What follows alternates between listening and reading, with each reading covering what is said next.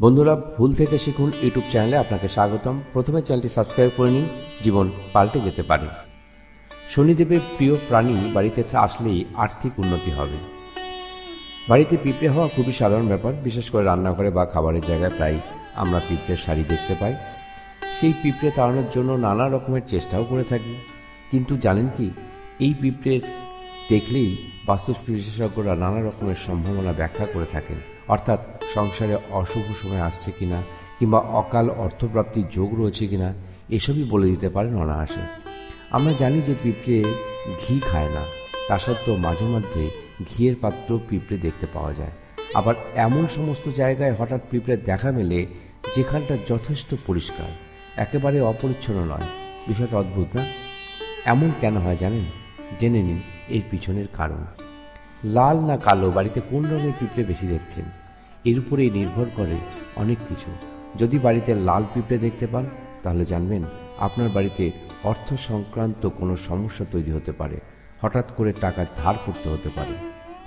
পিঁপড়ে হলো শনিদেবের একটি চিহ্ন, তাই এই বিষয়ে অবশ্যই সাবধান হওয়া উচিত এবং কি ঘটছে সেদিকে মনোযোগ দেওয়া উচিত। লাল পিঁপড়েকে আসলে খারাপ সংকেত হিসেবে দেখা হয়। লাল পিঁপড়ে ঘরে আসার অর্থ সংসারের দারিদ্র্যের আগমন, বাড়িতে অশান্তি, কলহ বাড়ারও সম্ভাবনা থাকে। পিঁপড়ের হাত থেকে পরিত্রাণ পেতে তাড়াহুড়ো করবেন না। অনেক সময় পিঁপড়ের রূপেও শনিদেব আবির্ভূত হন বলে মনে করা হয়। পিঁপড়ে তাড়াতে লেবু, তেজপাতা, কালো মরিচ বা লবঙ্গের মতো জিনিস ব্যবহার করতে পারেন। তাছাড়া লাল পিঁপড়ের যদি মুখে ডিম নিয়ে থাকে তা শুভ। যদি বাড়িতে কালো পিঁপড়ে দেখেন, তাহলে বুঝবেন আপনার জীবনে ভালো কিছু ঘটতে চলেছে। কালো পিঁপড়ে দেখা সৌভাগ্যের লক্ষণ।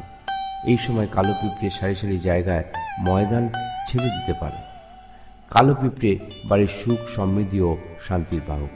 কালো পিঁপড়ে বাড়িতে বের হলে বুঝবেন আপনার সম্পত্তি বাড়তে চলেছে।